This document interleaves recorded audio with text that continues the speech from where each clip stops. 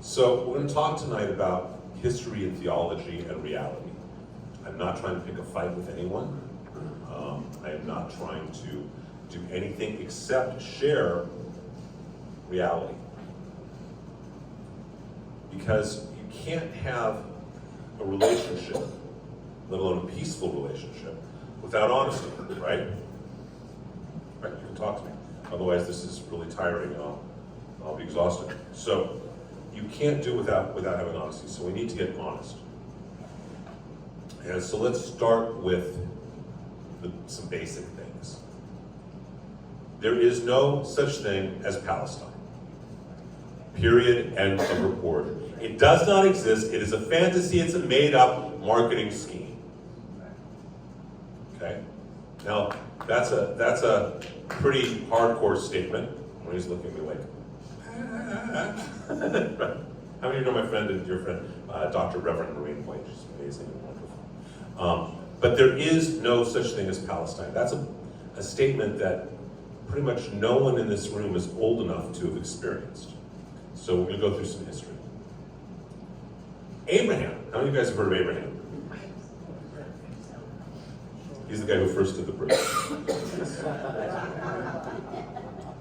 Which you can do on Shabbat. You know, bris actually is more important than Shabbat. If the 8th day is a Shabbos, you've got to do it on Shabbos, even on Yom Kippur.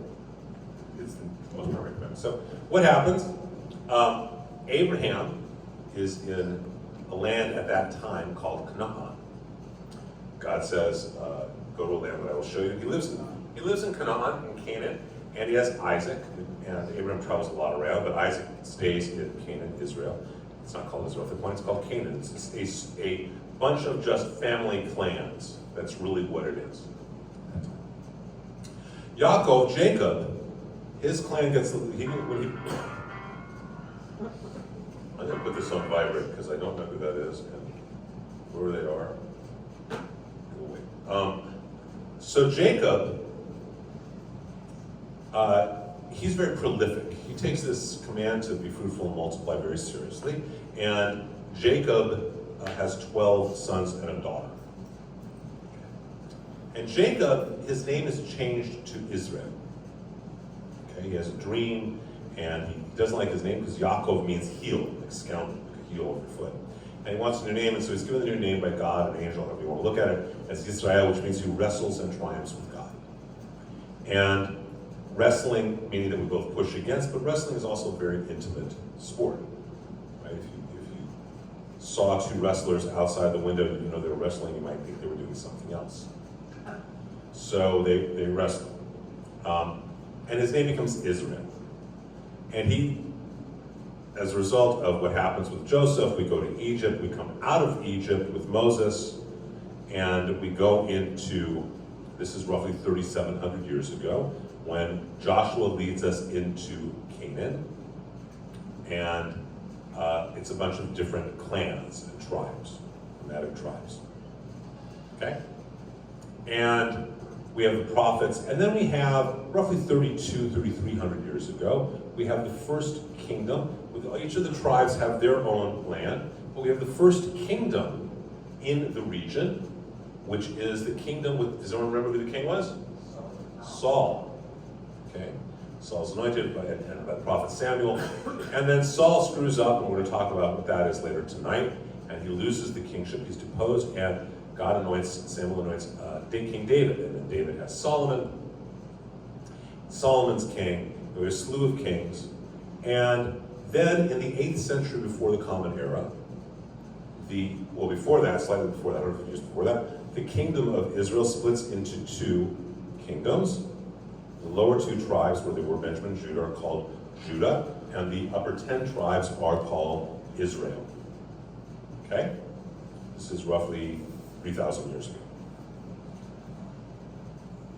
The tribes in the north of Israel are conquered, and they disperse. That's the 10 lost tribes. And then in the 6th century, before the Common Era, the kingdom of Judah, which is where Jerusalem is conquered by the Babylonians. Right? Now so far, what word have you not heard? Palestine. There are no Palestinians. By the way, Philistine has nothing to do with Palestine. It's not spelled the same way. Okay?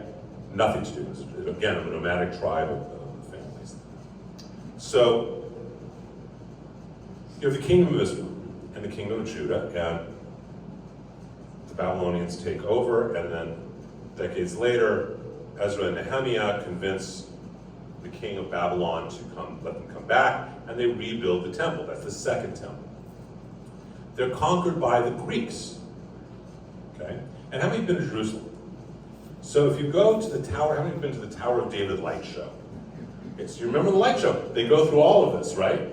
They go through all the history because it's one on top of the other. All right, so the Babylonians come. There's a kingdom that is taken back. Israel's conquered again by the Greeks in the 2nd century before the Common Era, roughly 167. You have the Hasmoneans. We call them the Maccabees. And they revolt against the Seleucid Greeks, and we have a kingdom again. Remember learning all this when we were in elementary school? So we now have a kingdom again. That kingdom is conquered by the Romans. Okay, and the Romans destroy the temple and conquer in 70 of the Common Era. We don't say AD because AD actually stands for Anno Domini, year of our Lord, and we think Jesus was a Jewish carpenter who did pretty well for himself. By the way, you know how we know Jesus was Jewish. He took over his father's business. He thought his mother was a virgin. His mother thought he was God. So, you have to like this periodically. Okay, you'll use it. So, every time you use it, donate a quarter to the temple. Okay, so now, it's a Roman empire. And then it goes through a series of different, I'll actually tell you some of them, but it goes through a series of different kingdoms that we really don't pay much attention to because none of them keep it for more than 150 years. But it goes through, it goes through the Byzantine and I can't pronounce this, and the Sassanid and the Umayyads and the Frankish.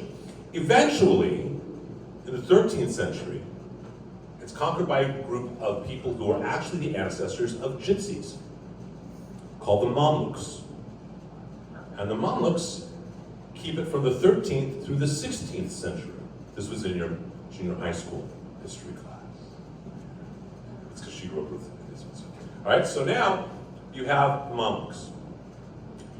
What word haven't we heard? That ultimately is conquered by the Ottomans, right?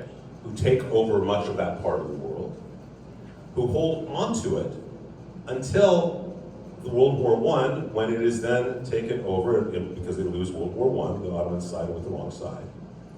And in World War I, they're defeated, and that part of their territory from the Ottoman Empire becomes part of Britain, because it was under British rule. Okay? Now, at the end of the 19th century, you colloquially, not in any official way, not anything else, you start having people, some people, who will use the term Palestinian, or they're from Palestine, as a form of saying a derogatory term. Okay? You have some people in the Ottoman Empire who say they're Palestinian, they're from Palestine. It's kind of like saying a nasty word about someone. This is by the 1880s, give or take. Because remember what happens in the late 19th century is you have, all over the world, you have countries and cultures that are saying we want our own land, we want our own place.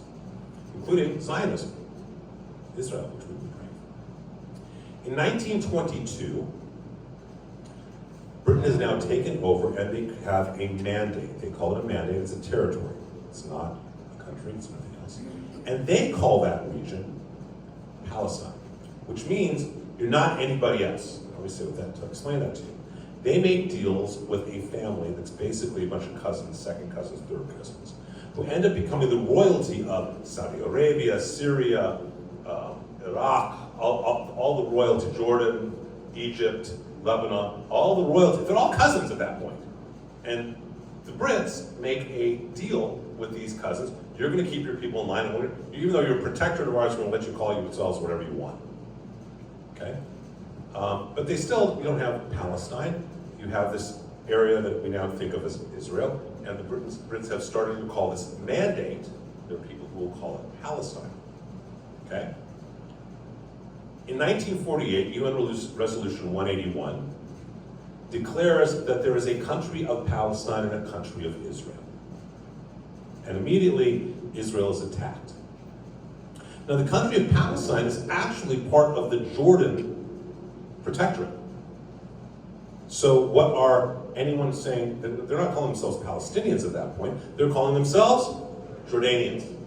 Is this the same stuff you learned in high school? Just want to make sure that, if I lose my job here, I can go teach middle school. Okay. So now you have in 1948 Jordanians were calling these people Palestinians. The Arabs attack, but there's no country. There's no country of Palestine. Everyone with me so far? And we're going back 3,700 years already. In the late 1950s, the Arabs realized that two things are happening in their conflict with Israel. Number one, they're getting their tuchus kicked left, right, and sideways.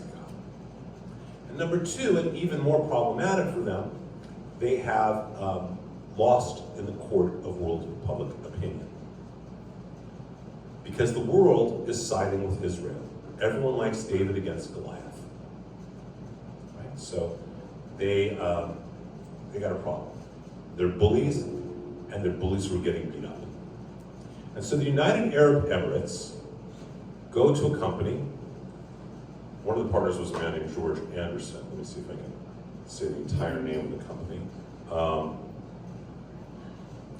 It's a bizarre name, but they go to a company called Dudley Anderson Yutzi in New York. A huge public relations company. How many of you ever saw Mad Men? That's who these are, okay? And they go to this company in New York, which is, by the way, goes defunct by the 1990s, I think. And they say, what do we do? And George Anderson, a partner of this company, and he's the main person in terms of as a client, he says, you need a victim. Because as long as Israel is considered David to your Goliath, the world will never support you. You need a victim. And so in 1964, Palestinian Cause is born with the formation of the Palestinian Liberation Organization. 1964. Of the Common Era, not before. 1967 comes, and they attack Israel again. And we have the Six-Day War. Now, one of the things of international law that has always been true is that if you are in a defensive war, whatever land you conquer is yours. It's clearly an aggressor against you. And prior to the 67 war, how many of you have heard of Moshe Dayan? Those of you who didn't know, he had an eye patch. Moshe Dayan used to say that he could light a cigarette on one border of Israel and get to the other border and the cigarette would still be lit. So, and by the way, this, just so you know, we actually have a congregant, Harel Goldstein, who's a friend. His father, David Goldstein, was the #2 guy in Palmach to Yitzchak Rabin. How many of you knew that?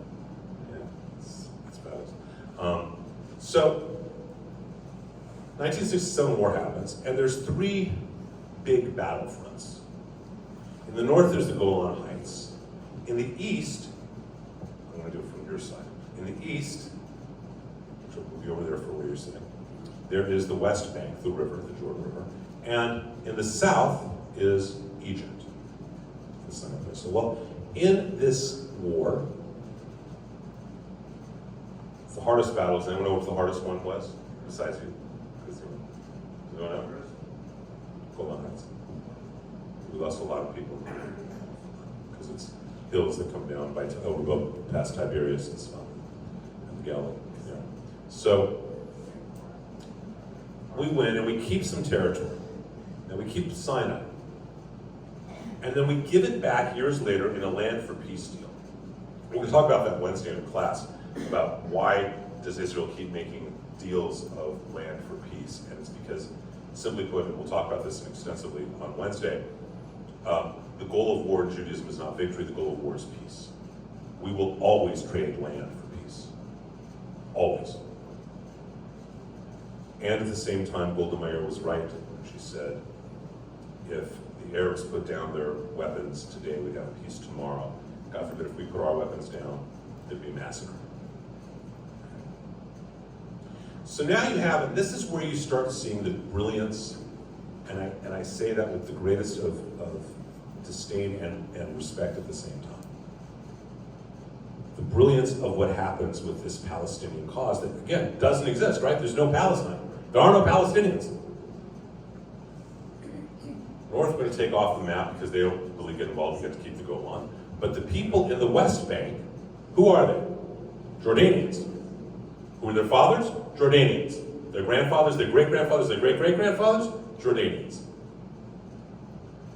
Do this backwards to try to over here, when the south goes, we still have the people in Gaza, and they're Egyptians, aren't they? They're from down here. But here's the brilliance of marketing. They say that these people and these people are the same people and they're Palestinians. Okay. You need to understand why that is so brilliant. If your western border and your eastern border, on both borders, you have these little areas, but they say that they're one country, then what does that by definition make the rest of the country? Occupied territory. So starting from the 1960s, the late 60s, all of Israel is considered occupied territory of Palestine. And how do we prove it? Because we have Palestinians on the west and we have Palestinians on the east. And in reality, what do we have? We have Egyptians and Jordanians. Well, they are refugees, but they're Egyptian refugees and Jordanian refugees. Okay? The Jordanian refugees aren't going to Gaza. They're staying over by the West Bank, pretty much. So now you have this idea of Palestine, and it is defined this way in every document. Does anyone know how the country of Palestine is defined? From the river to the sea. From the Jordan River, where the West Bank is, the West Bank of the Jordan, but it's east of the country, to the Mediterranean Sea, where Gaza is. So now you have this whole concept that Israel doesn't exist. It's Palestinians who are on both sides, and Israel's occupying the territory. Most school books throughout the Arab world, Qatar, Saudi Arabia, all these different countries, the vast majority of the school books do not have Israel on their map or their globe.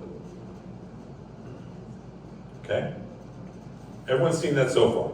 For how many of you is this new information? Well, then what am I here for? I could have gone home. Some of it's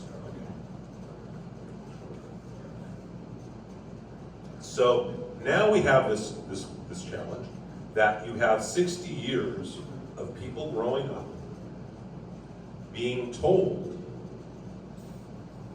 Israel is occupying Palestine. And we can prove it. Because see, Palestine's in Gaza and Palestine's in the West Bank. So see, they're conquerors. They're colonialists. And this is part of the problem that we have. And they are refugees, and the Jordan doesn't want them, and Egypt, no one wants them, except Ocasio-Cortez. I'll tell you.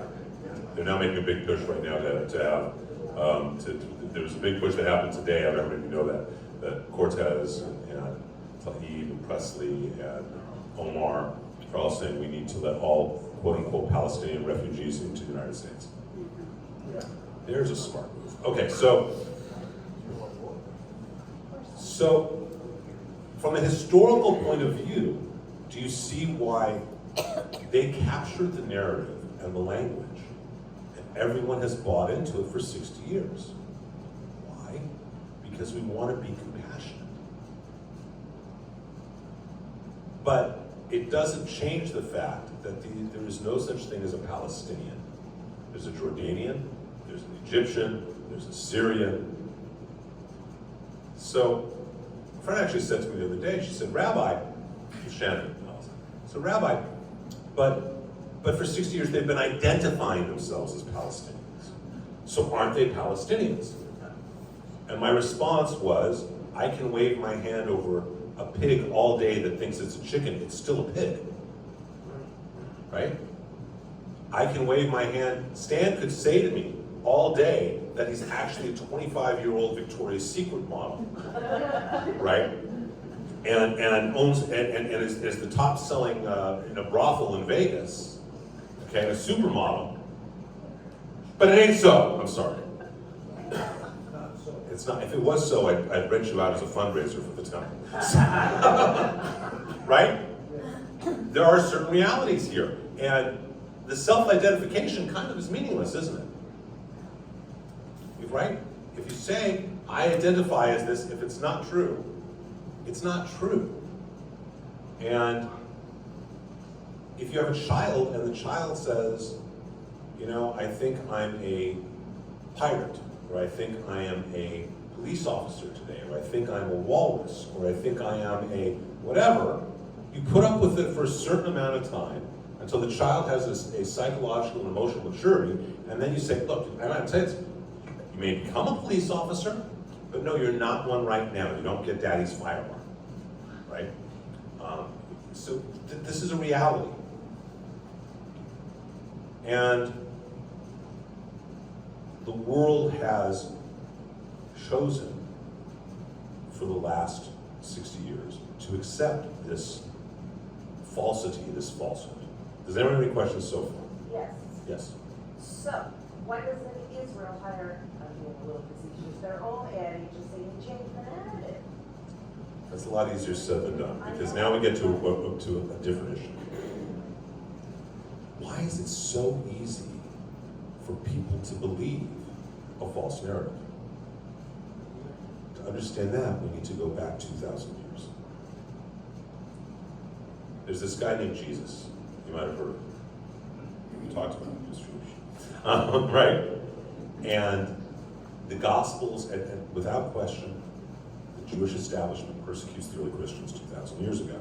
The Gospels, which are written anywhere from 35 to 150 years after the lives of Mark and John, etc., are written as a polemic against the Jewish establishment. Okay? There's a reason I'm going back 2,000 years. So, what do I mean by that? Except the Jewish establishment persecutes the early Christians. They don't buy into this Jesus thing. And they persecute them, no question. But as an example, one of the big pieces in the Christian scripture is that there's this trial, right? And there's this choice between this thief and Jesus. And the Jewish people, they you know the six better than I do, I think, Mark, probably. The Jewish people call out that the thief should be released. Good Reader's Digest version? Mm-hmm. Okay, you'll correct me when I'm wrong, because I don't speak Greek, so I kind of stay out of Christian scripture whenever I can. That is a physical impossibility. Okay, let's just be really clear and blunt. There is no possible way that that happened. Now, how do I know? I wasn't there. I can tell with absolute authority. And I'm going to give you an analogy. Jonathan, I've got to tell you, I had this great experience last December. I had a court date for a speeding ticket, and my date was on Sunday, December 25th. And I went to court, and I got innocent. What's wrong with that whole statement? It's closed on Sunday. It's closed on Sunday, let alone Christmas Sunday. Is court open on Passover? No. He just came from the Last Supper, a Passover Seder. And whether it was a Passover Seder, and there's other beliefs it was actually a Sukkot dinner. Either way, the first 2 days, you can't. Didn't happen. Not possible. But the early Christians want to blame the people who persecuted them, understandably. In the 4th century, you have something called the Vulgate. St. Jerome, is that right? St. Jerome, right? The Vulgate, translated by a guy named Jerome. Jerry. He was a Jewish kid. You might have been to his deli. So Jerome translates the Torah, and again, because there's this hatred, remember, there's now the belief we killed God, right? We killed Jesus, and we didn't accept him, so we should not survive, let alone thrive. And so there's a translation of the Vulgate, and in this Vulgate, I think most of you know that in Hebrew, there are no vowels, and you need to know the words. And in the Hebrew, it says that Moses used the phrase Quran. This light shone from his head. Was that how you would translate Quran? Kufresh no. Karen. And Karen, which is not Quran, is a Jerome translates not that Moses comes down with the light shining from his head, but rather that he's got a horn. So now Jews killed God and have horns. In 1144 in Norwich, England, a young Catholic boy is missing. As the local priest says, well, that's because the Jews have to kill a Catholic boy every year for Passover to make their matzah. Now, it's a blood libel. Now, why is this so ridiculous? Again, I can't even eat steak tartare. Our meat is so salty because you got to make sure there's no blood in it, right? But that becomes the truth. And many of us know, how many of you know someone who, either yourself or someone else, was asked as a Jew, okay, by a non-Jew, can I see your horns? Because I know people like that, right? And this is 21st century. Look around. I want you to raise your hand again. Look around. A third to half of the people in this room either have been or know someone who has been asked, can I see your horns? So now, we kill God, drink blood, and have horns. Okay? Puts us not on the good side. Now that Vulgate is the official church Bible. When do you think it stops being the official church Bible? Any ideas? It's written in the 4th century. How long do you think it lasts that way? We'll have translations of Bibles. Any guess? No guesses? A long time. That was a very Jewish answer. 1970s. It's the official Catholic Bible. So, for 1,500 years, 1,600 years, people who don't necessarily even read, but people are taught in the church that Jews have horns. You're not going to fix that anti-Semitism in a week, a month, or one generation. So we have pogroms, we have the Inquisition, we have all these persecutions throughout history. But then World War II happens. And you know, after we see the devastation of the Holocaust, it's not cool to be an anti-Semite. You just had 6 million Jews die. It's not cool. So it goes underground. Is it gone? Is the anti-Semitism gone? No, it's just covert now. So this is a long way of answering your question. They want to believe that because there's an inbred hatred for the Jew. Does that make sense? Yes, one more please. One or two of my Israeli friends, more than one, have said, in terms of changing the narrative, this is the first time they can remember that Israel has not only allowed but endorsed and promoted their citizens to be on air, to talk about their stories. Usually it's don't talk about it.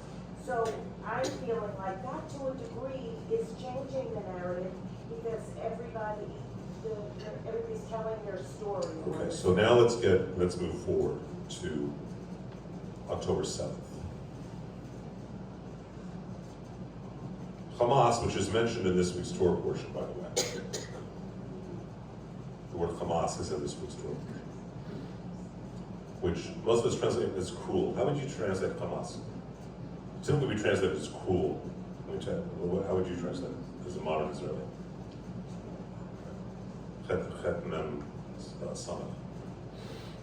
So, but it's mentioned, that word happens to me in this week's Torah portion, which I find interesting. But so what happens? On October, and I'm going to lose it. I'm asking for forgiveness right now.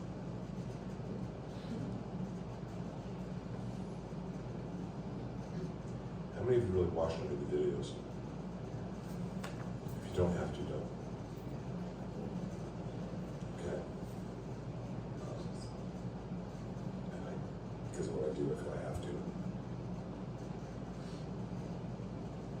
they come out of Gaza with one plan.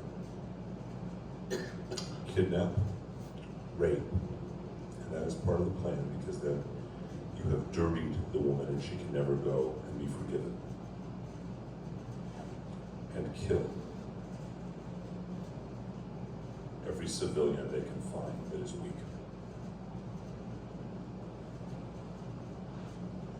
And they literally do that. They paraglide into a dance rave party with kids in their 20s and 30s. They kill a guy and then rape his girlfriend on his dead corpse. They commit one atrocity after another and kidnap them. They kill babies. They kidnap everyone they can. And they do it with pride. The videos that we see were not taken by news reporters like Vietnam. They were not taken by Israel. They were taken by Hamas members who were so proud that they could do this. Understand, Hamas and Gaza, and I don't like calling it Palestine, they're Gazans, are not interested in a two-state solution. They're interested in the death of Israel and the death of Jews, period. The definition is still from the river to the sea. So their intention is to do that. And it is devastating. Now, when all this is over, God willing, there will be investigations as to why we were caught so off guard. There are a number of reasons, one of which was released on like the 10th of October, that there was a cyber attack from Iran. There were issues that there were troops who were where they weren't supposed to be. They would have been reassigned away from the Gaza border. They're still 10 minutes away with Apache. And understand, the last 9 months, there's been more aid to Gaza than in the last 3 years combined. Okay?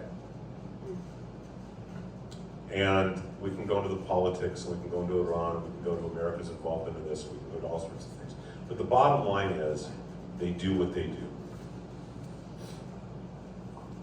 And they do with impunity and with joy. So what are we supposed to do?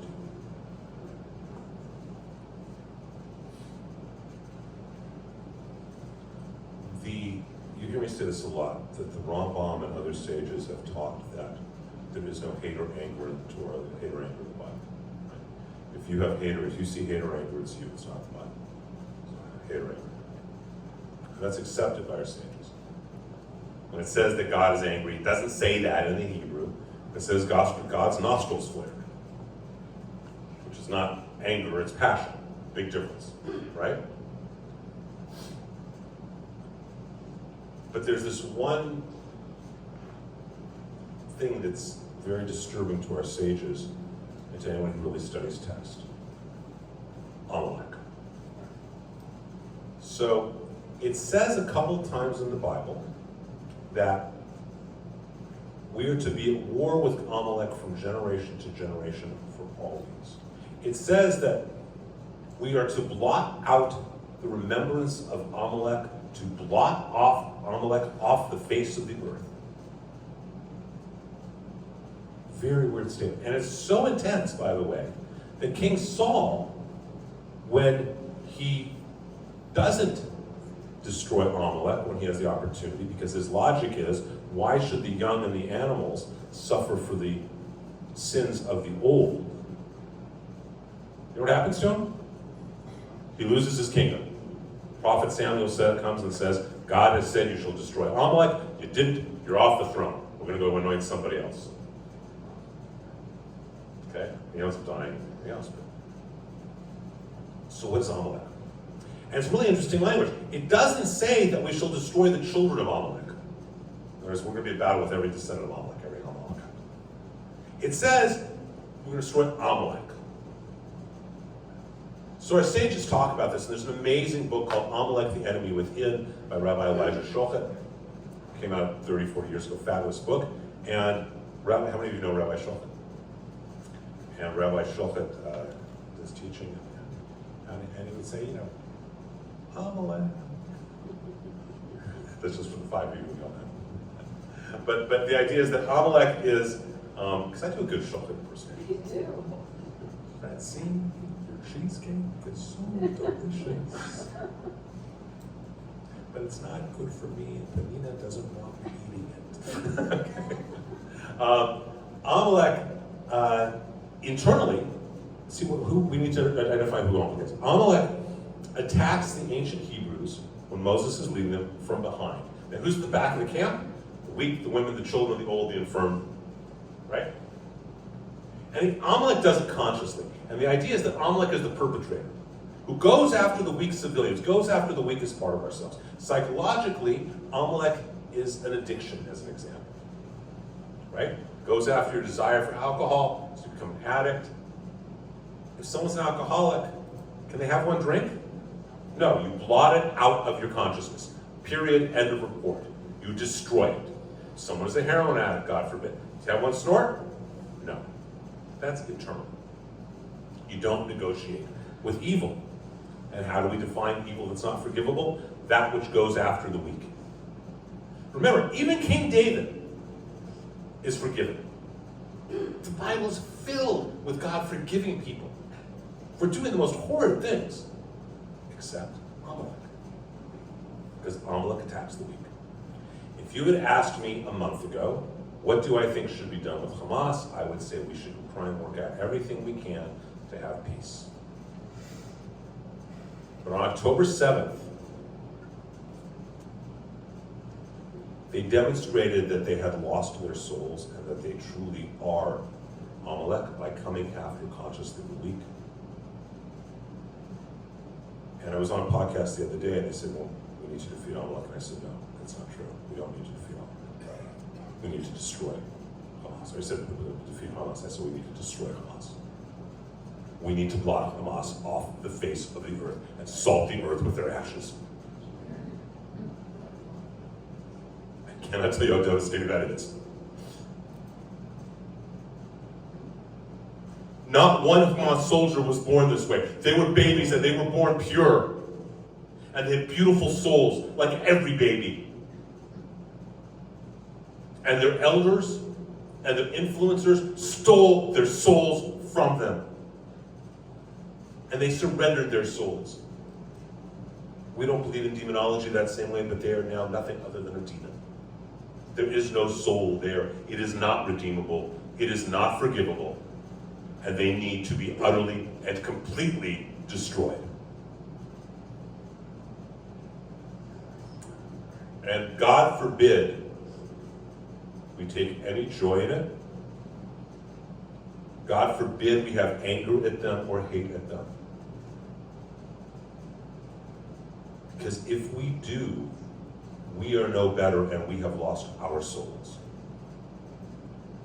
There's a midrash that when the soldiers of Pharaoh are drowning in the Sea of Reeds, the angels rejoice. And God stops them and says, the work of my hands is being destroyed and you want to sing songs? There is no joy in this. And we need to do what we need to do. Their ashes need to become fertilizer. And we need to do it in a way that we don't lose our own souls. I've sent out a number of videos. And how many have seen the video of the soldiers singing Am Yisrael Chai and Kol Olam Kulo? Hamas is chanting death to America, death to Israel, and slaughtering effigies. And our guys are singing songs of praise and hope and faith. And that says it all, doesn't it? Hamas There is evil in the world. Hamas is the manifestation of Amalek. Hamas is the manifestation of an unforgivable and unredeemable evil. It must be destroyed. From a Jewish perspective. Anything less is being like King Saul. We have an obligation to destroy Hamas. And we have an obligation. And then what? And we have an obligation to not take joy in it. You say, and then what? Yeah, but you're looking at it from a geopolitical level as opposed to the theological level. Because I can just as easily say when evil is destroyed, Mashiach will be here. Okay? That there is a war of good and evil. And as my friend and teacher of Abraham likes to say, it's being fought in the spiritual world. We need to birth angels with joy that will fight the war for good in the world, and then will manifest good here, peace here. But there will never be a lasting peace with an Amalek. Because they crossed a line that no human being can come back from. I'm sorry, but and then what, man? Does the PLO come in? Does Hezbollah come in? And we just start fighting one more at the beginning? There's a huge difference, though. This is the first time in my knowledge and in my lifetime that I know of where you have Amalek. Where you have, they didn't come to fight the soldiers. They didn't come to attack Israel. They came to take children. They came to kidnap young people from a dance party so they could take video of them on the young people's phone of killing the son and raping the girl and then killing her, and then go and send that video on everyone in the person's cell phone in their address book to their parents and their family. That is evil. That is well beyond war. You cannot negotiate with that which does not want anything but worshiping death, including of children, of women, of old people. They did not send a rocket in, okay, you're at war. Okay, so Hezbollah sends rockets, and we send rockets, and they send soldiers, and we send soldiers, and hopefully we work out peace. Hopefully we do what we did with Egypt, make a land for peace deal, whatever it may be. Okay. There's a place to come together. They crossed that line on October 7th. There's not been a time like that since the Holocaust since Hitler. And we gotta destroy it. And we have to keep our fortitude to destroy it. But here's what happens. It's easier to be compassionate like Saul than it is to be clear, isn't it? It's an easier way out. Hamas does not need to be defeated, they need to be destroyed. That is the command, understanding what they have done. I would not have said that 3 weeks ago. And I would have probably decked anyone who tried to say it to me. I'm a big rabbi, I'm not one of those little ones.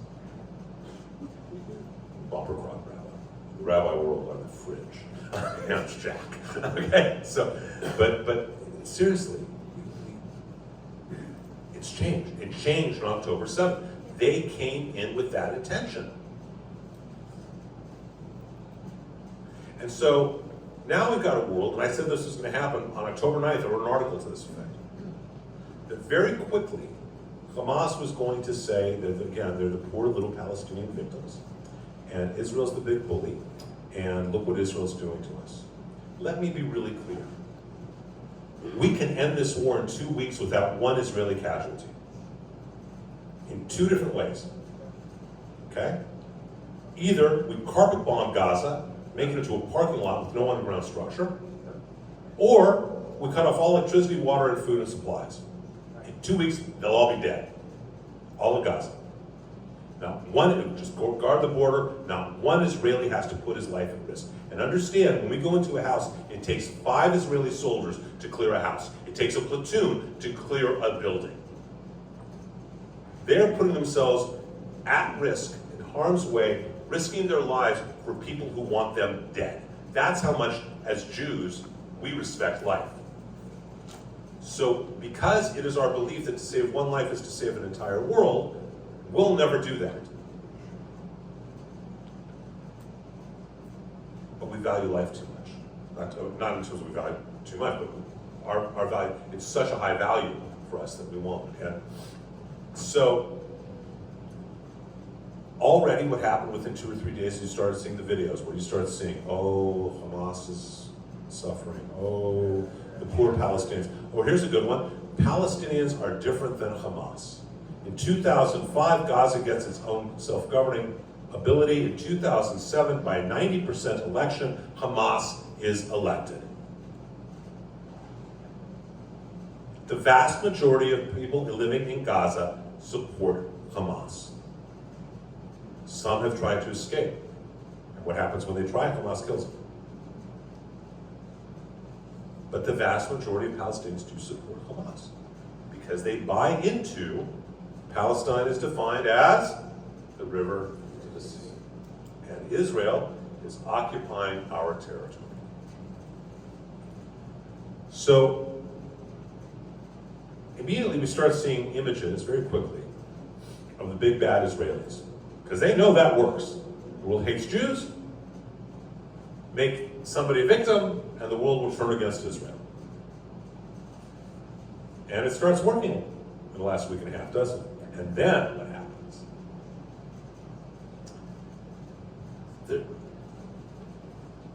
There's no polite way of phrasing this. Hamas is really, really incompetent when it comes to rockets. Thank God. Okay? Do you guys recognize that only 25% of the rockets even ever make it into Israeli territory? Okay? 1 out of 4. 3 out of 4 don't even make it out of Gaza. 1 out of 4 is still a lot of rockets, thank God for the Iron Dome. So there is footage, there is audio, it's all available, it's been released, but Israel waited until they could really demonstrate it all. So what happens? There is a false flag, there's an attack from a cemetery. They shoot off rockets, and one of the rockets, and there's audio that has been intercepted. It's available. Have you ever heard this audio? No. Okay, and it's basically 2 officers from Hamas saying, "Oh, we screwed up. It just landed in the parking lot of the hospital." Basically, what it says. And yet, immediately within 5 minutes, what is broadcast? What did they broadcast? What was broadcast around the world? Israel attacked a hospital and killed 500 people. Okay? Now, here's my question. If it takes 3 days to even count 200 people and try and identify corpses through buildings and all that kind of stuff, how did they even know in 5 minutes that you have 500 people? Moreover, it didn't hit the hospital, it hit the parking lot. Moreover, when Israel hits a rocket, it makes a crater. There's no crater.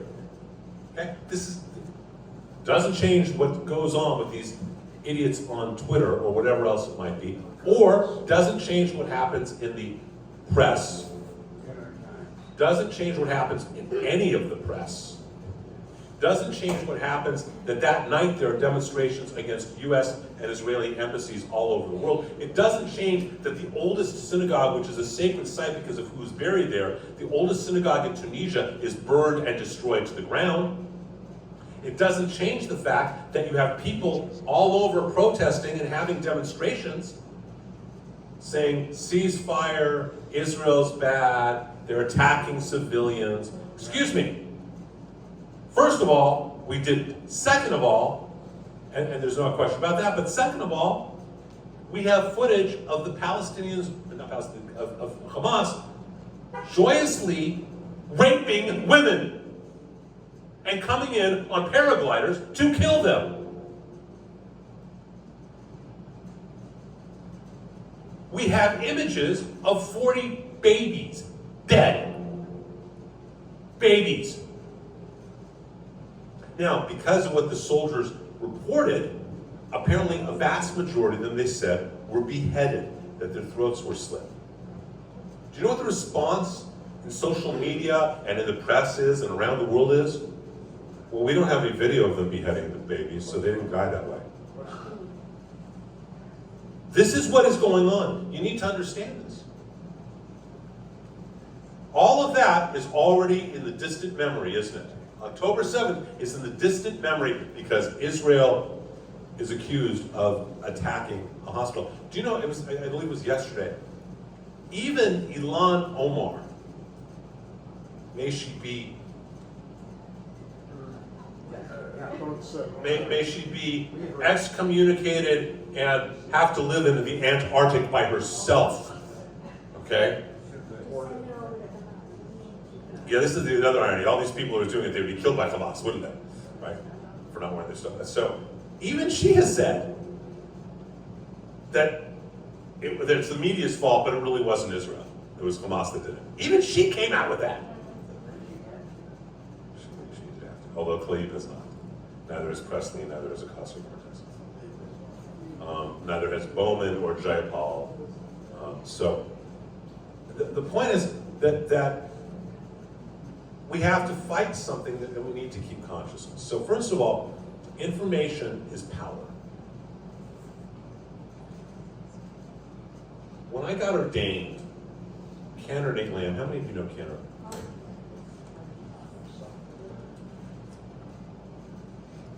If you sung with Nate, you actually just sung next to him because That's true. just so you don't know, Nate actually sang with the Tel Aviv Symphony without a microphone. Yeah.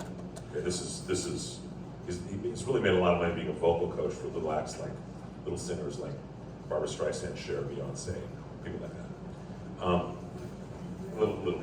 So when I got ordained, Nate made a comment to all of the new orderlies. He said, "You are now officers in God's army. You chose and you enlisted and you finished officer training school and you're all officers of God's army. We are all part of God's army. We are all part of the Jewish army, every one of us in this room. And so we have an obligation.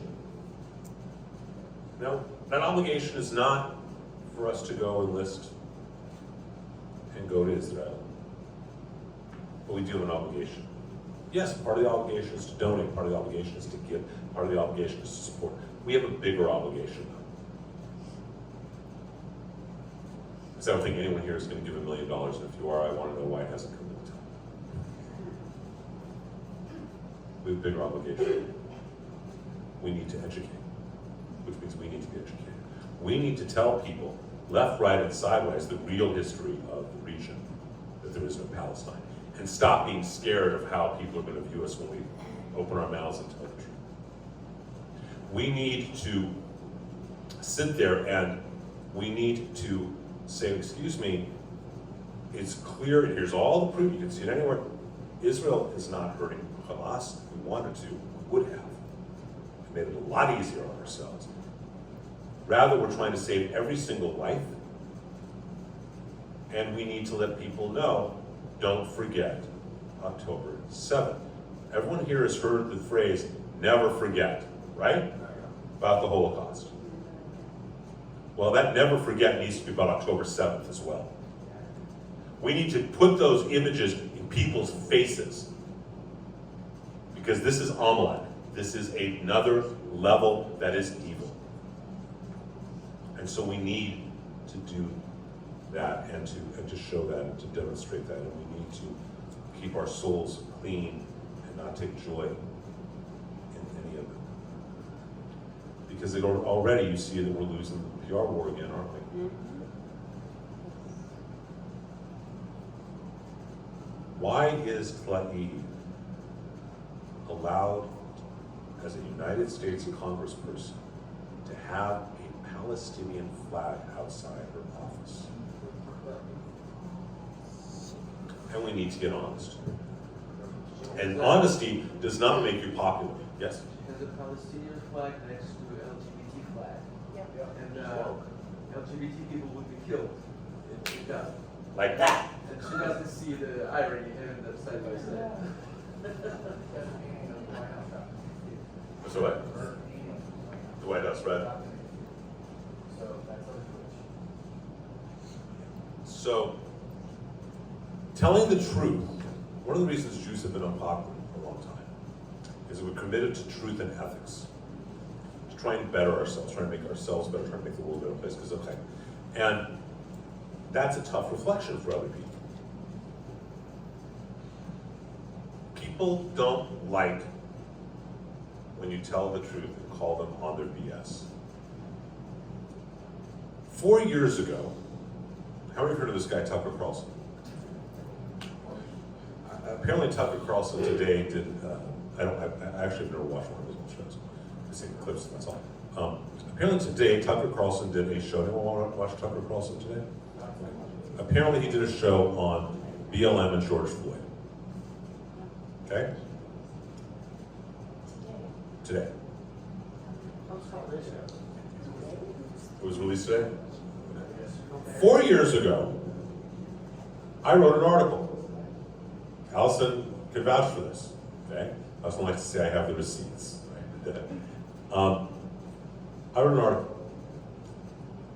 No Jew should ever support BLM. Ever. Why?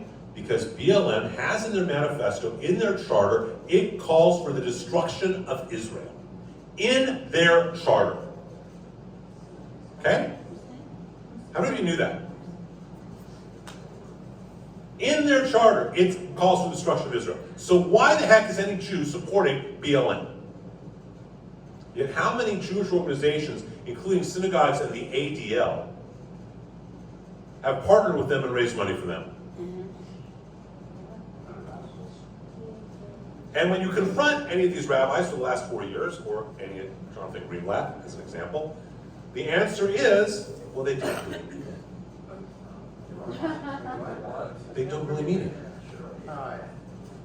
It's in their charter, but they don't really mean it.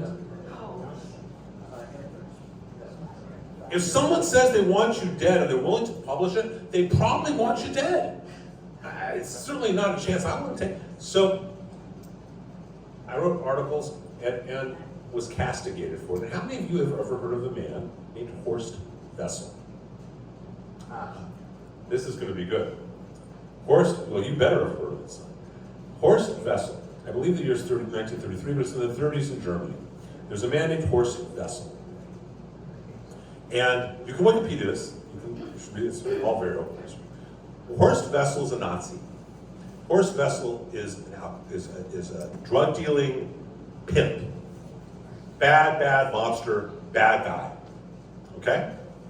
Horst Wessel isn't paying his rent, so his landlady, whose deceased husband was a communist, she calls some of the friends of her deceased husband's who were communists, and she says, go collect the rent, and they do, and they beat Horst Wessel, and he dies in the hospital. Okay? Hitler and Goebbels are ecstatic. Because they then say, we've got our martyr. And they make loud protests to the government, so much so that the president of Germany even gives credit for Wessel. And they are going to have this plan, and they have peaceful demonstrations, and that's what the German translates to. Peaceful demonstrations. Those peaceful demonstrations were the brown shirt riots that led to Nazis being in power. Does that sound familiar to anybody? Yes. George Floyd should not have died. No one should die if they're a bad guy. Let's be clear. He was used directly as a Xerox copy of Horst Wessel. Exact same way, with nearly the exact same result. So for 4 years, I will tell you that, I wrote through a number of articles that I wrote, that this is, we didn't watch baseball in our house because MLB supported BLM. I said, you know what, they want us dead, I'm not going to support MLB. As long as they were going to support BLM, I know BLM charter wants us dead. And people over and over said, oh, no they don't. How many of you saw what BLM released last week? For those of you who did not, BLM Los Angeles and BLM Chicago. By the way, the head of BLM Los Angeles, when asked during the Los Angeles riots why they were rioting in areas like Pico and Robertson or Fairfax, and not where there's no city hall and there's no federal building, this is a direct quote. Why they were rioting there, when it would make more sense to riot where the federal buildings are and the city halls are? Her response was verbatim. Her response was, we want the people who live there to feel pain. Okay, that's a direct quote from BLM Los Angeles. So what happened last week? BLM Los Angeles and BLM Chicago released two things within a half an hour of each other. One was a statement that they side with Hamas against the colonials of Israel.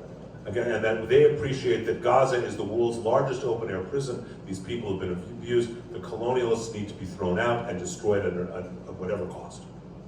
It's brutal, and it goes on to degrade Israel. And they release that, and they simultaneously release a meme. And how many of you have seen this? Okay. And in this meme, it's a photograph of, I actually don't know if it's a photograph or image, of one of the paragliders who flew into the dance party, on top saying BLM, Palestinian flag, and them saying, this is all there is. And in support of these animals who paraglided in to kill and kidnap and rape this dance party. And BLM did it publicly because they felt so confident at that moment. Busted! Because the world has now realized that, oh, maybe they are anti-Semites. But while you hear some people like Jonathan Greenblatt saying, we have to disassociate ourselves from BLM, this is not surprising, it's in their charter, right? I have yet to hear one leader, one Jewish leader, say, boy, I screwed up, we should never have supported BLM. Not one that I know of has made tshuva. Because as far as I'm concerned, if you went to your temple and raised money for BLM, and you raised $10,000 to support BLM 3 years ago, you got a responsibility to at least raise that amount right now for the IDF. Right now, to make tshuva. I haven't seen one. Greenblatt has partnered with Al Sharpton, he's partnered with CARE, partnered with BLM. BLM was supported on the ADL website.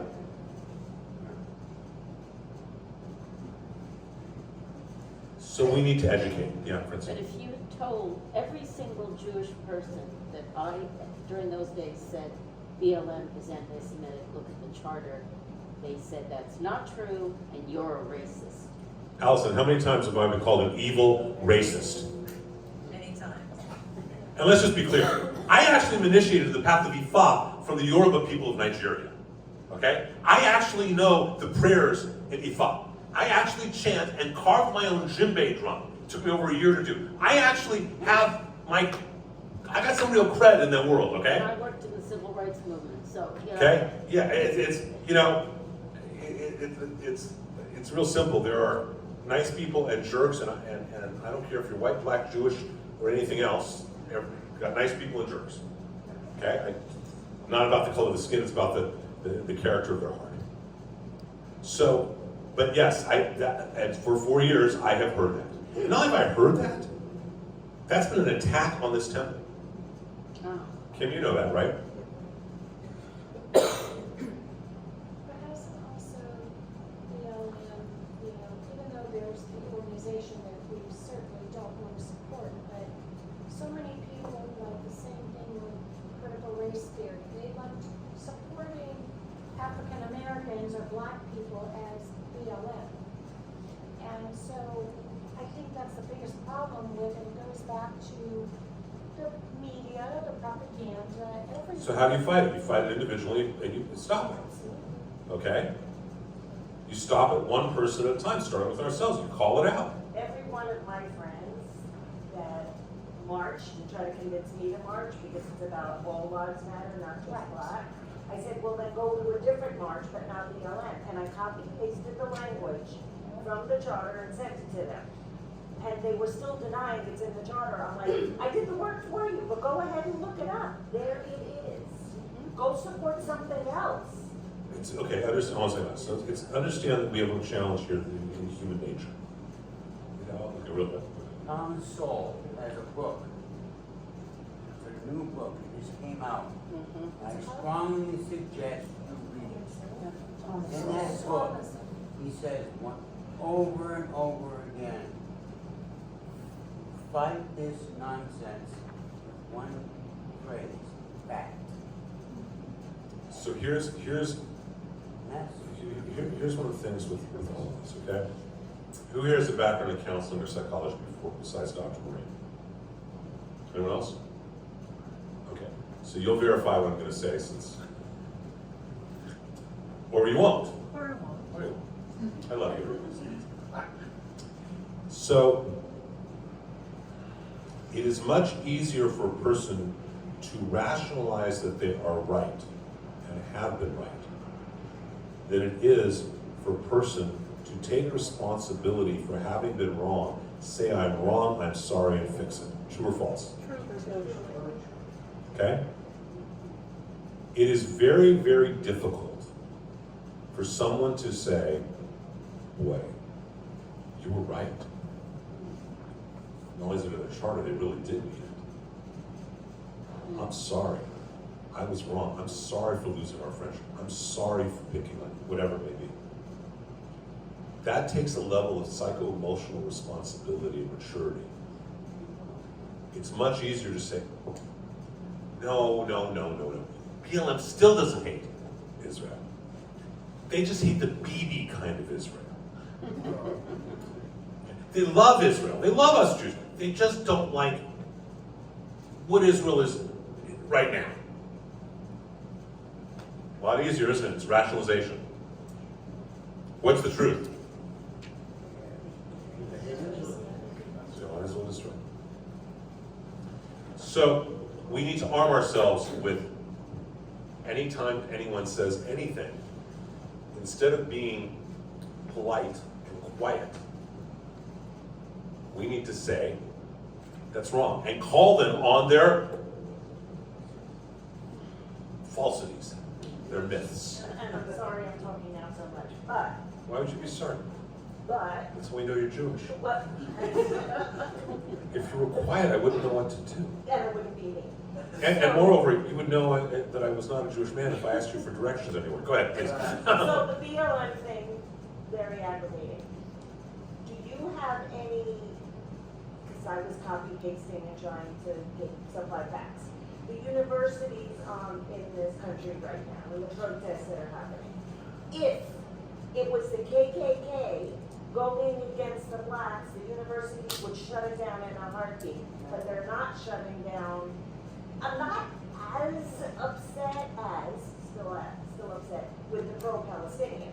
I'm really enraged over the pro-Hamas protest. How many of you saw the video that was in this last email about with the parent from Columbia? Okay, everyone should watch this video. It's from a professor named Shai Davidai at Columbia, and he asked people to videotape as he's talking. I think he must be the law advisor at Columbia. I don't know that. Is he? It's what? But it's amazing. He's saying every parent needs to know your kid's not safe. Your kid's not safe.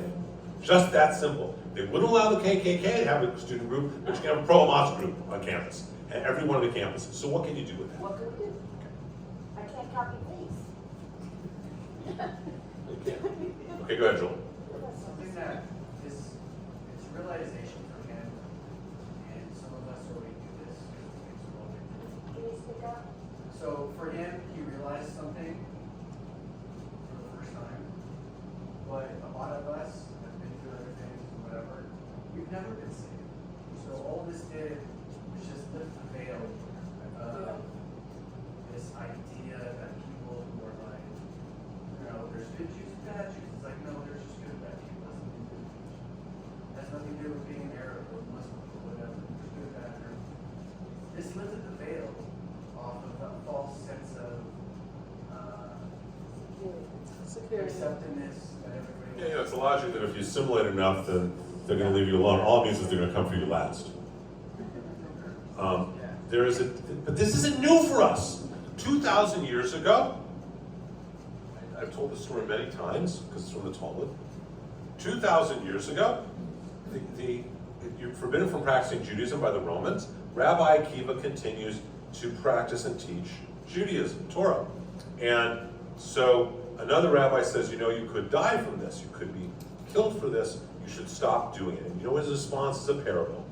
He says, there's a story that a fox walked by a stream and saw that the fish were swimming around hysterically.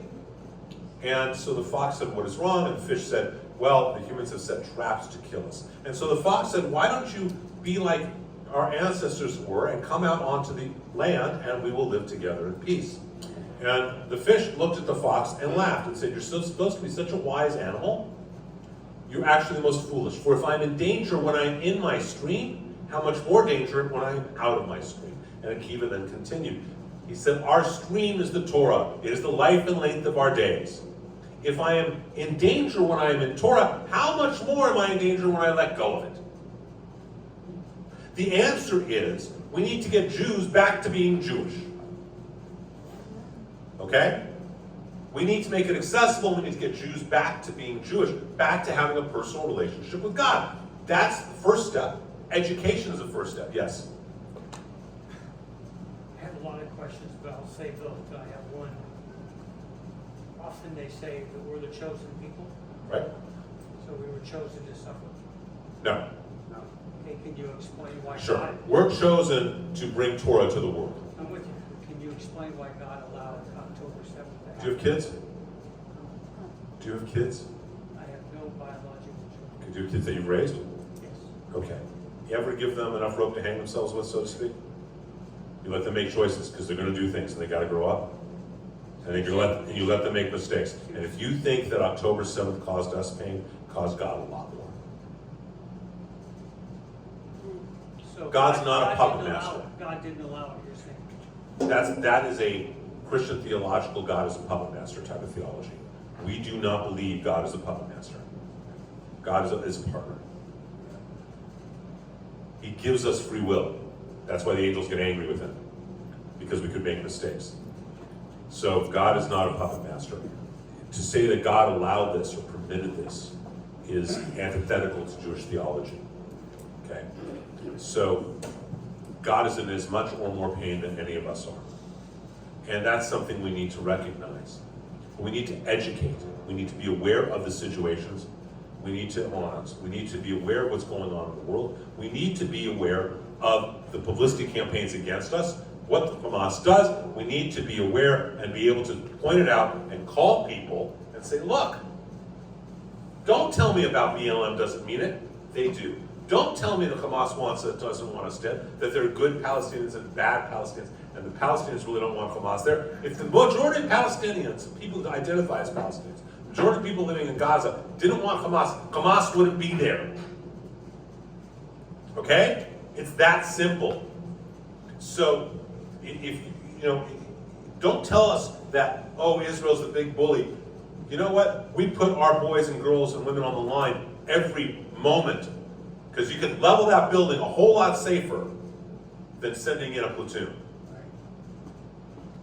And to point that out. And when people talk about the big poor Palestine, the big poor villain or victims, then remind them of October 7th.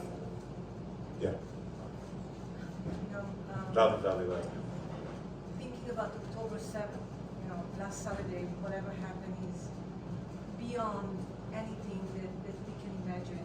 But the second shock that came was the silence that you see around you. The way that around you see how people are suddenly so politically correct. And I want to thank you so much for doing so much since that day, because the attack was at 6 a.m. in the morning, and an email was sent from you half an hour later. And since then, you've been working so hard in giving all of us education and way to fight the silence that is going around us. And I appreciate it so much, and I think this is our obligation. There are things that we cannot change. We cannot take the sorrow. We cannot bring all the people that died. We cannot bring all of that back. But we have the obligation to take all this information and put it out there the way you do. And I'm not a social media person, but I've been taking your things and I put them on my Facebook. And I think this is what we have to do. Anything I can? Thank you. Every time I'm really tired, I think, not as tired as our boys. I wanna make you laugh maybe for a minute, cause I read everything you send out, but there was one day you sent something out, I'm like, he's so angry, he didn't bother to spell check. But you guys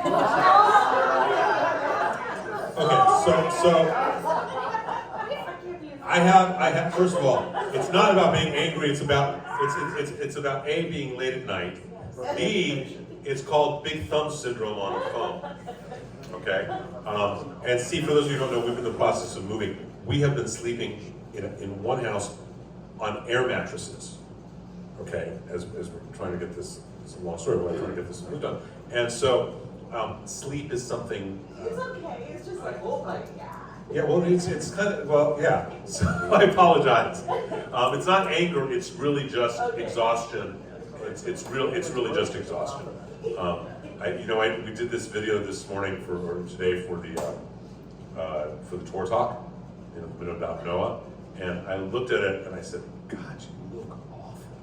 And I realized that I'm crying, I haven't slept,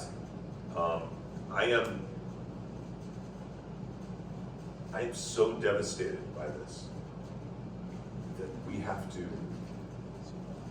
destroy Hamas. Golda Meir again, and we're going to finish this shortly and then do a component, do Kaddish. Golda Meir said it really well. She said,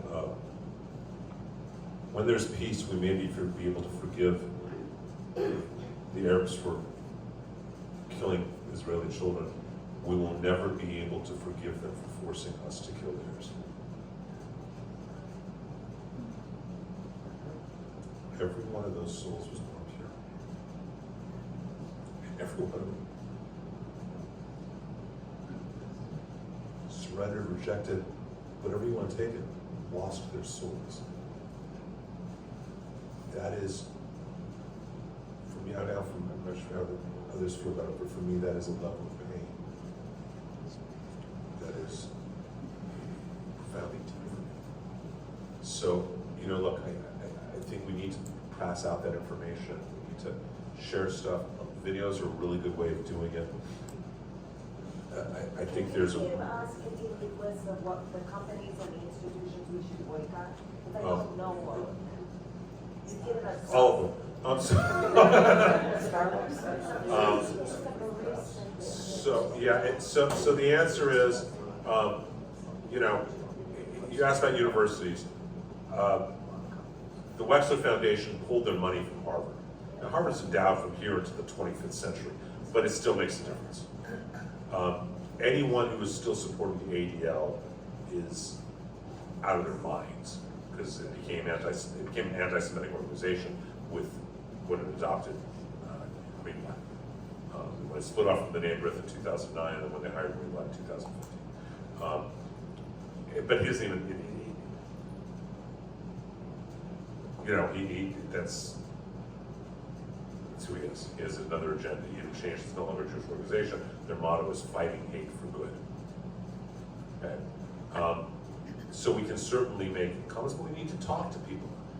I don't know how many of you gave any money to the B'nai Zion Hospital, but I will tell you something.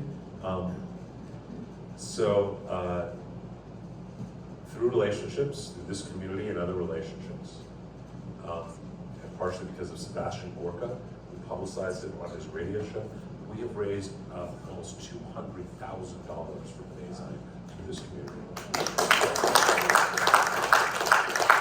They have purchased 2 of the anesthetic devices and are buying electrical beds. We are responsible for helping to save hundreds of lives now and thousands of lives in the future. And most of the donations, with the exception of one, the vast majority of the donations were small. Okay, it was done from the amount of people, not the amount of money. And that's how you make a difference. You make a difference by supporting Magen David Adom. You make a difference by educating people. And you make a difference by standing up for the truth, even when everyone gets angry with you. So I'm going to ask Allison for putting you on the spot. Sorry. How often, and you guys don't understand this, I don't like conflict.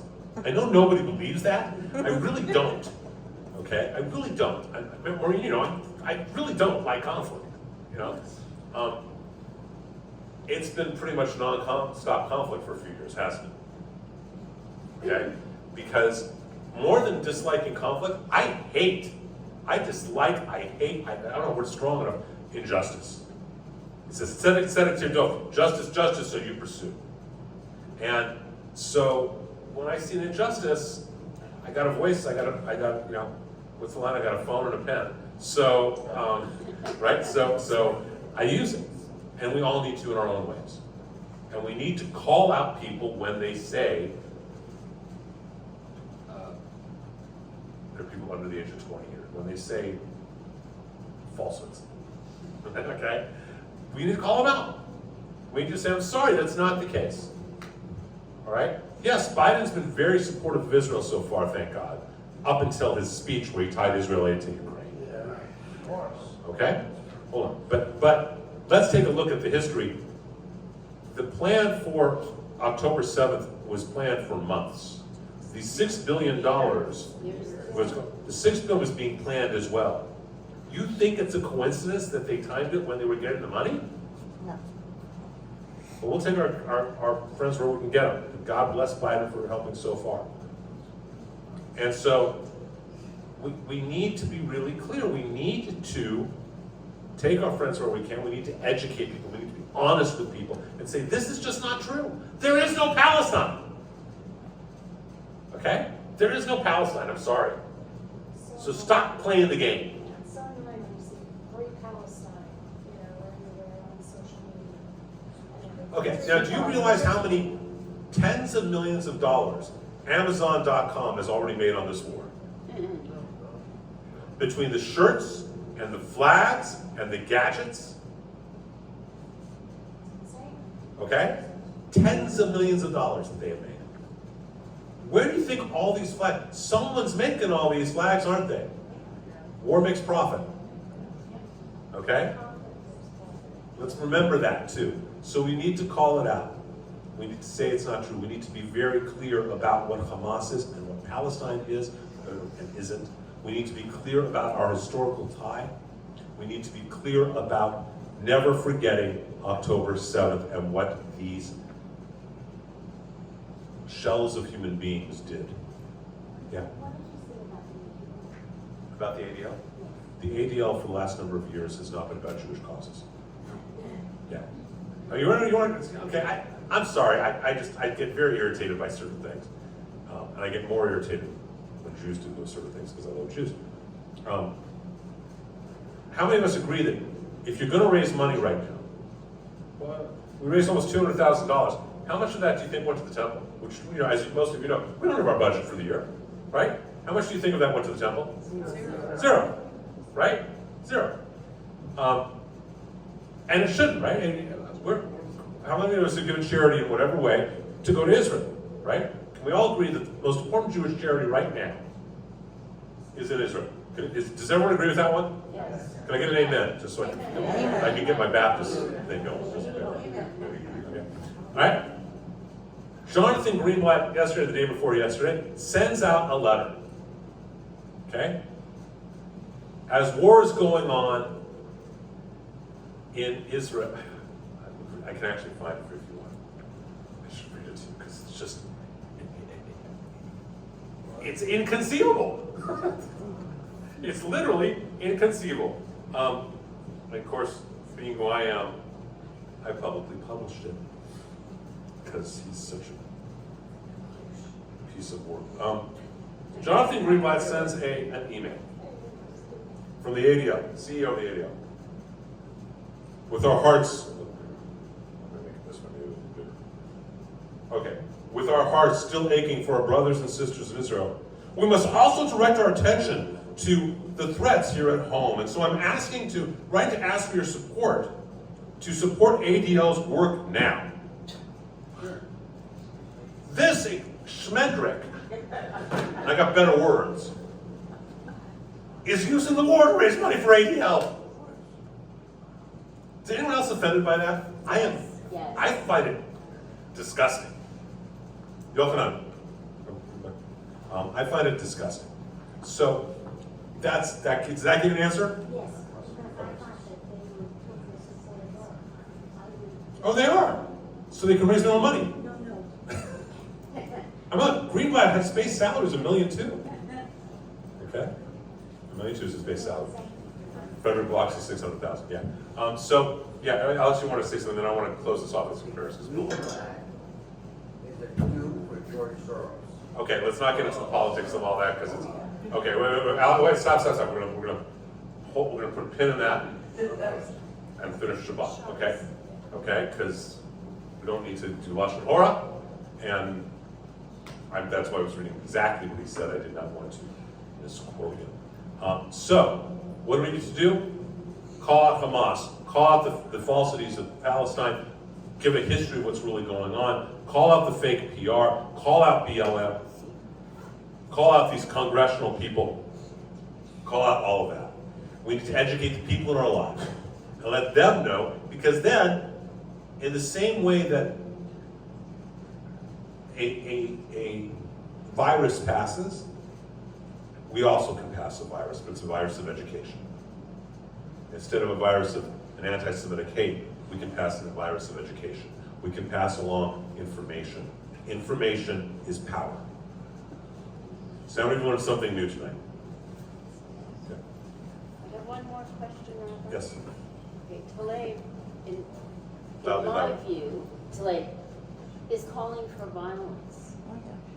Free Yes. speech is not hate speech. No. Why is she allowed to continue to behave this That's a way? political question. I mean, look, there's no question to me that she's violated her oath as a congressman, or she should be thrown out of Congress. But that's me. But there's all sorts of reasons that she's not. Okay. In the same way that there are, I mean, it goes with the politics of what's going on in the world as well. And so I wanted to stick, tonight I wanted to stick to history and theology. Yes, last one. Do you have to have, Loudly, do come on, you let's. have a forum or a blog of some sort that's not as you as the rabbi that we could learn from you on all the other areas besides coming to your classes, which we can do? You mean not theology? Not theology, right?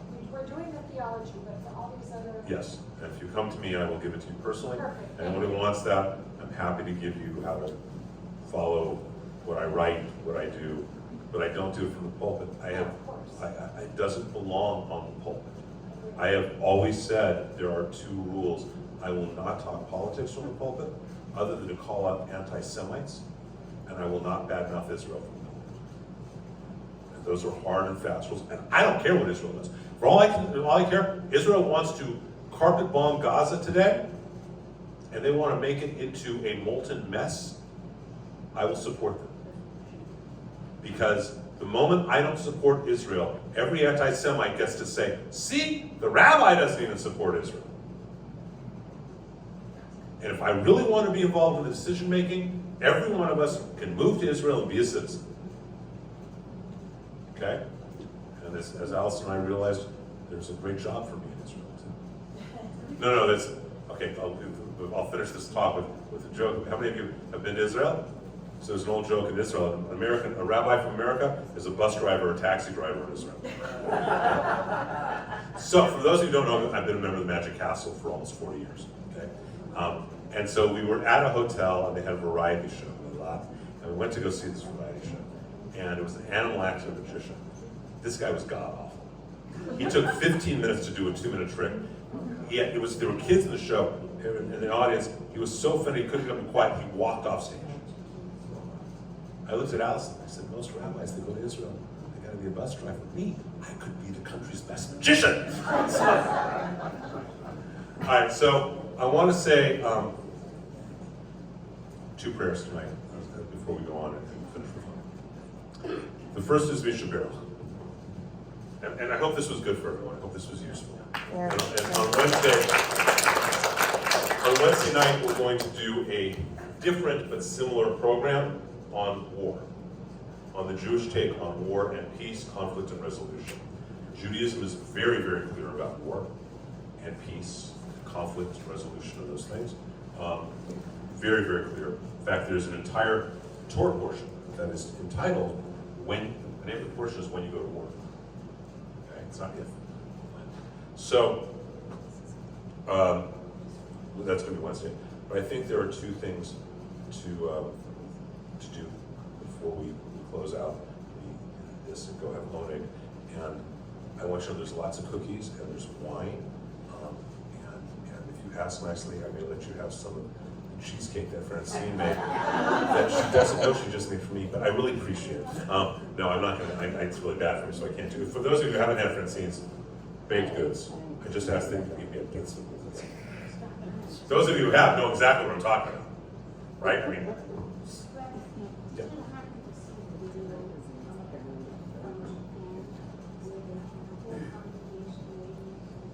Yes. And if you want, and I sent one of the videos I sent out was an IDF video.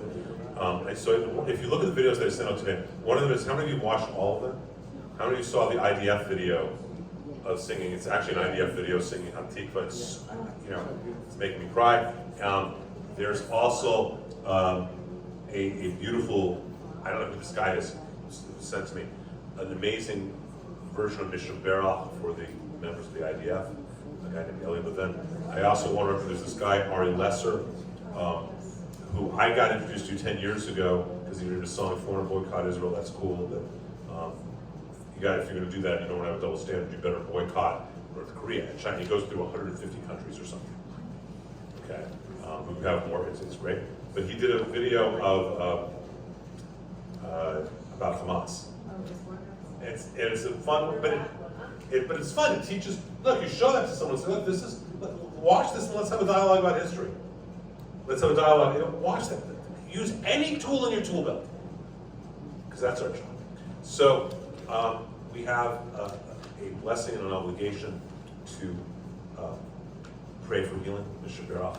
Please keep the people you personally pray for in your heart as well as we pray for the Israeli defensive force, for all of the soldiers and civilians, and for the land of Israel, for the people of the land. Mishaberach. Mishaberach Avoteinu, Mekor Avraham Leimotenu.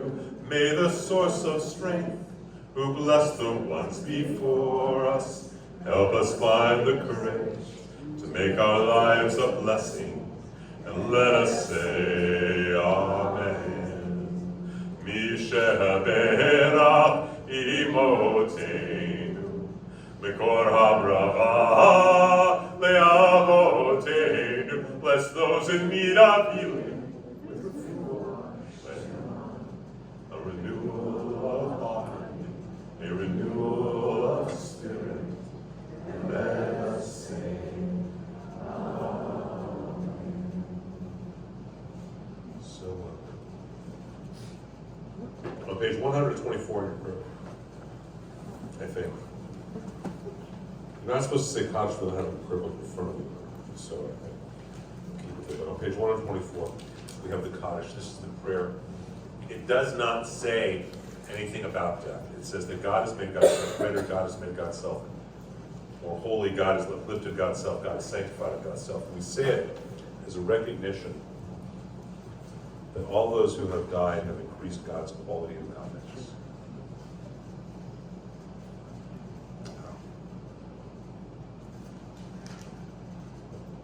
How have the deaths of innocents increased God's godliness? And in the same tone, even more so, how does the death of Hamas increase God's godliness?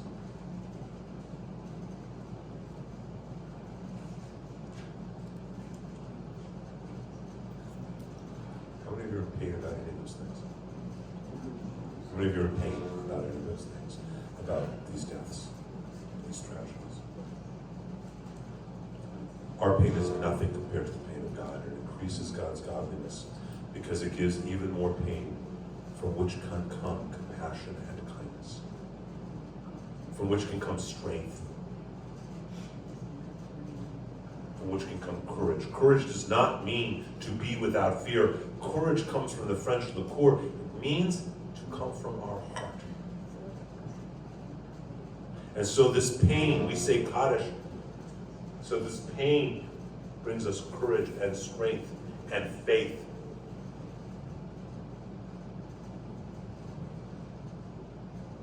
And knowing that this too, Gamza, this too shall pass.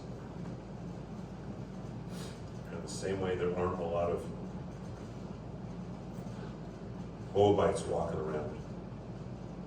Hamas too will be gone. With God's help, we will still be here. And we need to keep our souls when we do this. And so Kaddish is to remind us to keep that compassion in our pain, to not get depressed, but to keep our faith and hope. Because obviously, God has said, the people of Israel will always live. And so we say Kaddish. I ask that everyone please rise to make sure that everyone can say Kaddish fully. I'll say each word, we can all repeat it back. And this way we can all say Kaddish. For those who have died, Kedushas Hashem, the sanctification of God's name. And those who have lost their souls, even though their bodies died now, their souls died long ago from Hamas. We say Kaddish for those souls too. They were not born here. They were not born as Amalek.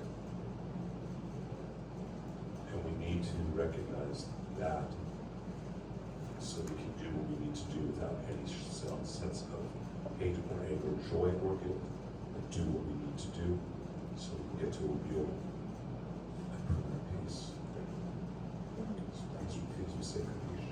Yid Gadal, Yid Kadash, Shnei Rabah, Be'alma, Divra, Chiruteh, Be'amlid, Malkuteh, B'chayachom, U'v'yomachom, U'v'chayeh, T'chol, Beit Yisrael, Ba'agala, U'v'zman, Karib, Ve'imru, Yehei, Shmei, Rabba, Mevorach, Le'olam, U'lalmei, Al-Maya, Yitbarach, V'yishtabach, V'yitbahar, V'yitromam, V'yitnaseh, V'yitadar, V'yitaleh, V'yitalal, Shmei, T'kiddusha, Barichu, Le'ela, Min, Kol Birchata, V'shirata, Tushbachata, V'nechamata,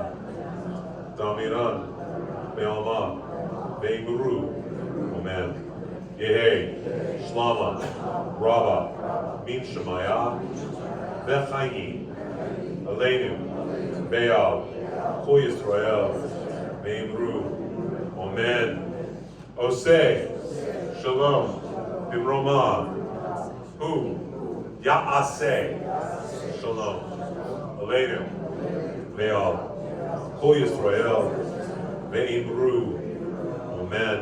May the one who ordains peace in the universe bring peace upon all of our loved ones who are gone, especially peace upon the souls of those who have died in this war, their families, their communities, this nation. Please, God, all of our sake, peace in Israel and peace in all the world. And together we say, Oseh Shalom B'mromah, Uyaseh Shalom Aleinu, Ve'al Kol Yisrael, Ve'imru, Amen. Shabbat Shalom. Let us have wine and goodies and cheesecake and own it. And I hope this was worthwhile.